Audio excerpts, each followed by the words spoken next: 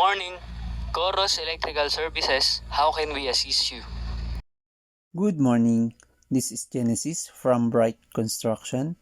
We're currently working on a new project and we're in need of electrical services. Are you available to discuss a potential construct? Absolutely, Genesis. We'd be delighted to assist you with your electrical needs. Could you please provide some details about your project? Sure, it's a commercial building project that requires comprehensive electrical wiring, lighting installation, and switch setups. Additionally, we'll need telephone and data infrastructure installed throughout the building. That sounds like an exciting project. We have extensive experiences in all the services you mentioned and would love to collaborate with you.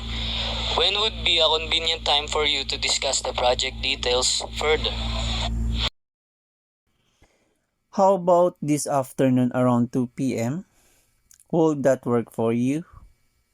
That works perfectly for us. We'll have our team ready to discuss the specific of the project and provide you with a comprehensive proposal. Thank you for meeting with us, Genesis.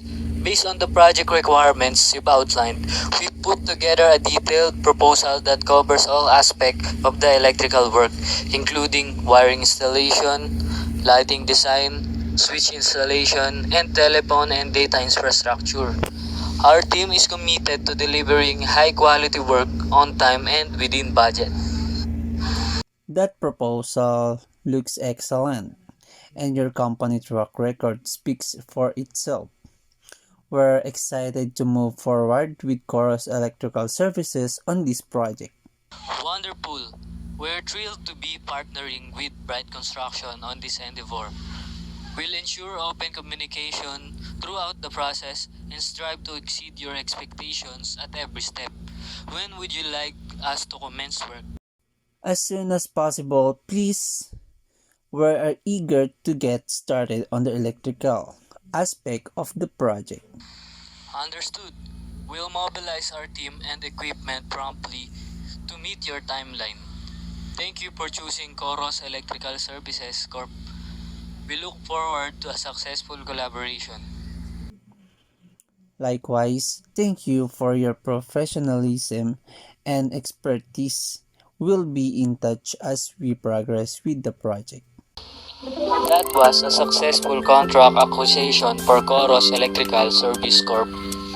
Now, to understand the application of the critical path method in this project, it's essential to grasp its definition, structure, and significance.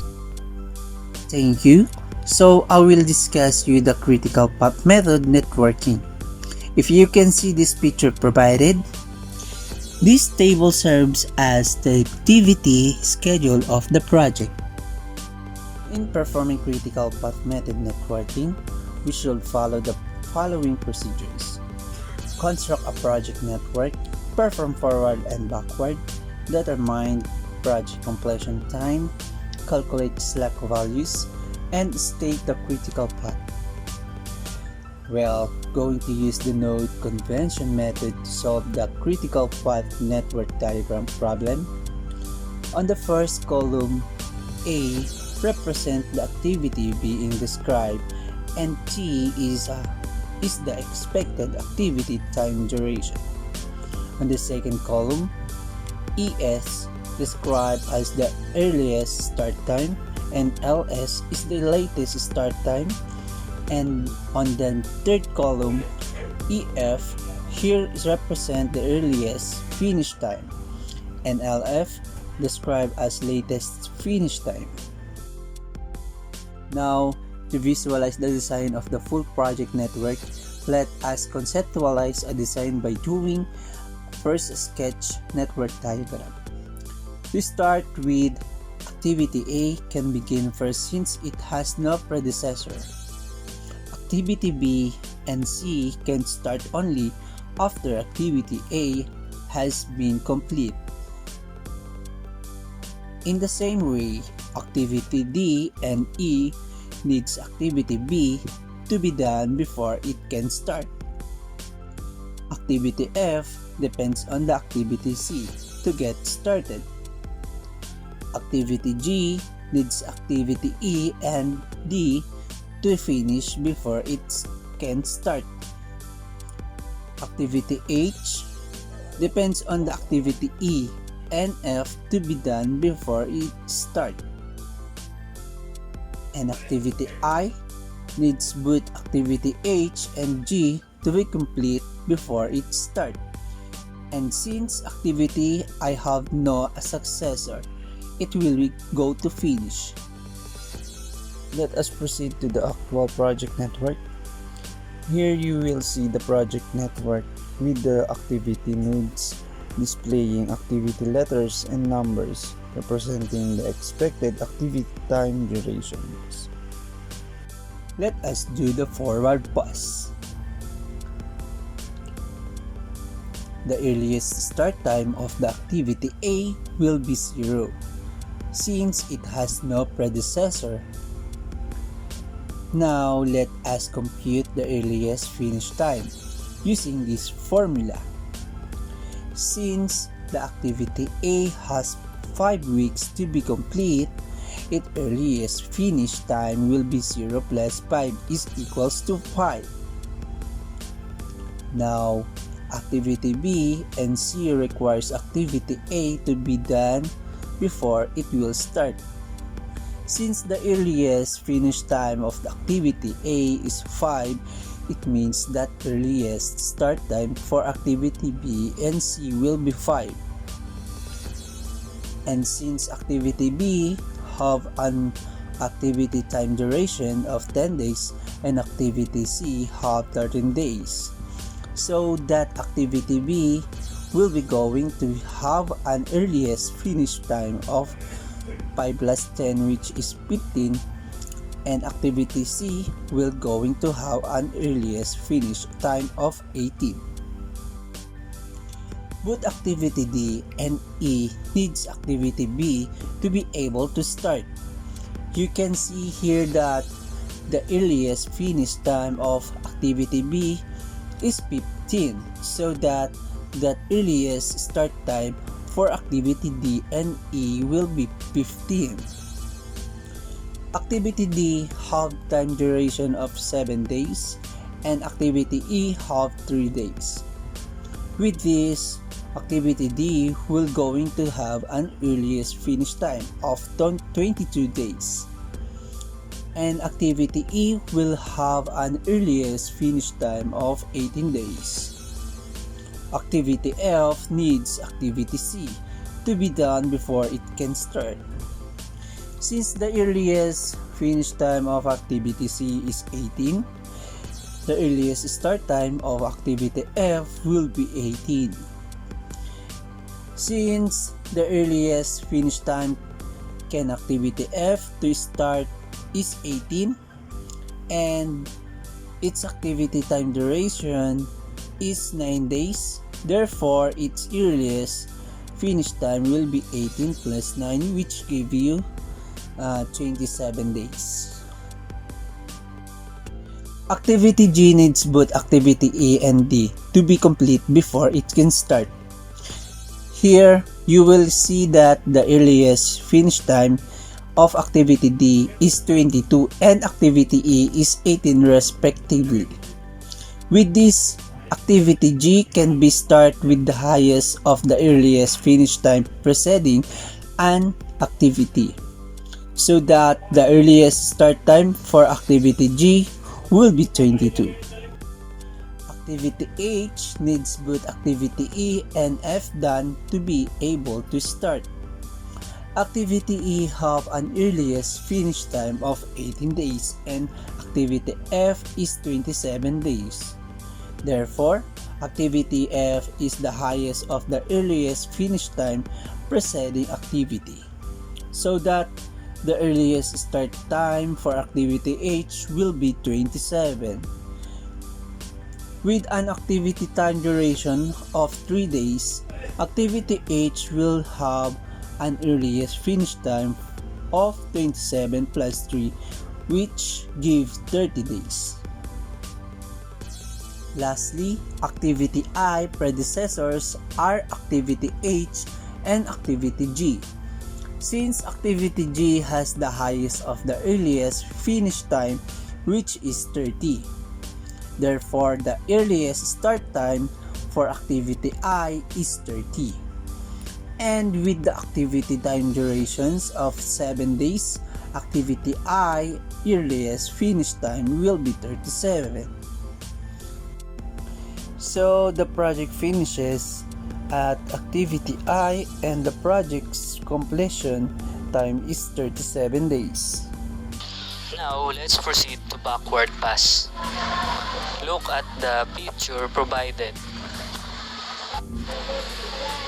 Since the project completion time is 37 days, the latest finish time for the activity at the finish node, activity I, have to be 37. That means, if the activity I was completed longer than 37 days, the project will be delayed. Next is, we are going to determine the latest start times by using this formula. LS is equal to LF minus T. Describes as latest finish time minus the activity time equals to latest start time. In activity I, the latest finish time is 37. Now, we're going to subtract it to the activity time to obtain the latest start time.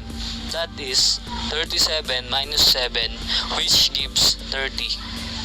Now, activity G and H have only one successor, which is activity I, that has latest start time of 30. So that the latest finish time for activity G and H is 30 minus to the activity time. Activity G, latest start time will be 26 and activity H will be 27.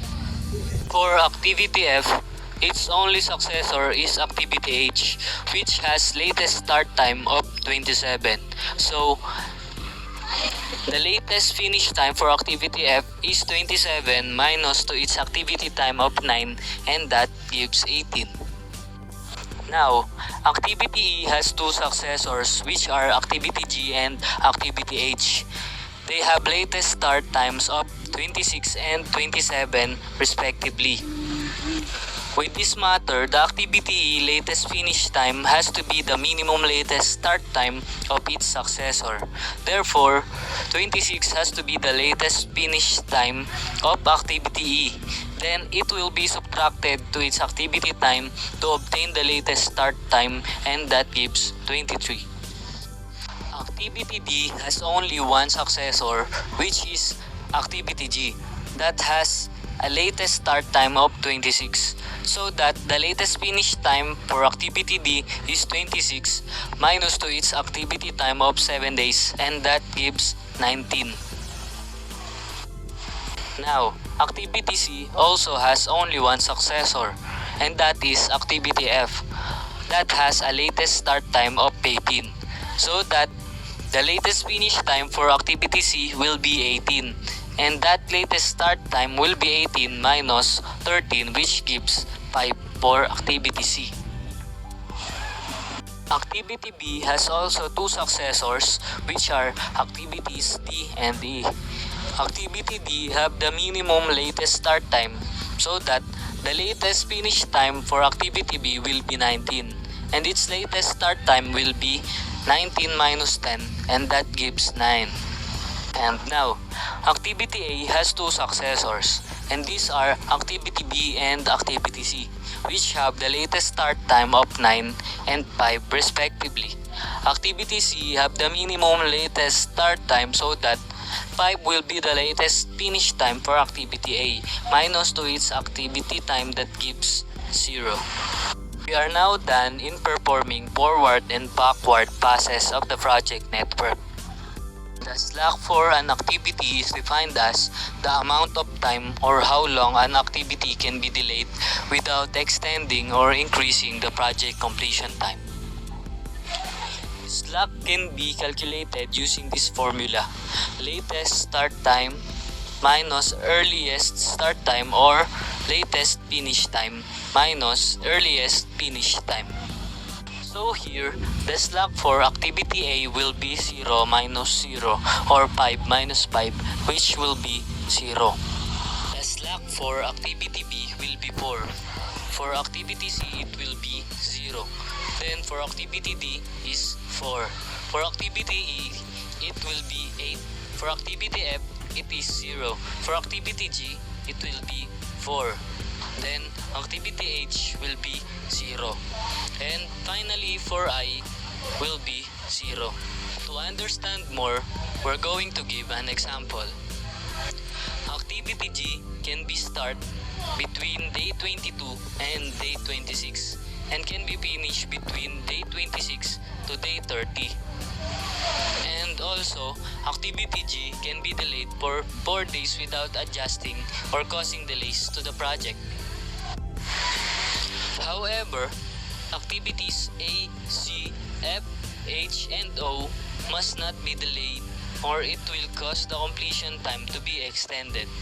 Just for example, if H is delayed by 3 days, then the project's completion time will be extended by 3 days. From 37, it will become 40 days. Critical activities are those activities with zero slack. They form the critical path, which is the longest path in the network. So, the critical path here is A, C, F, H, and I. And that is how to do the critical path method networking.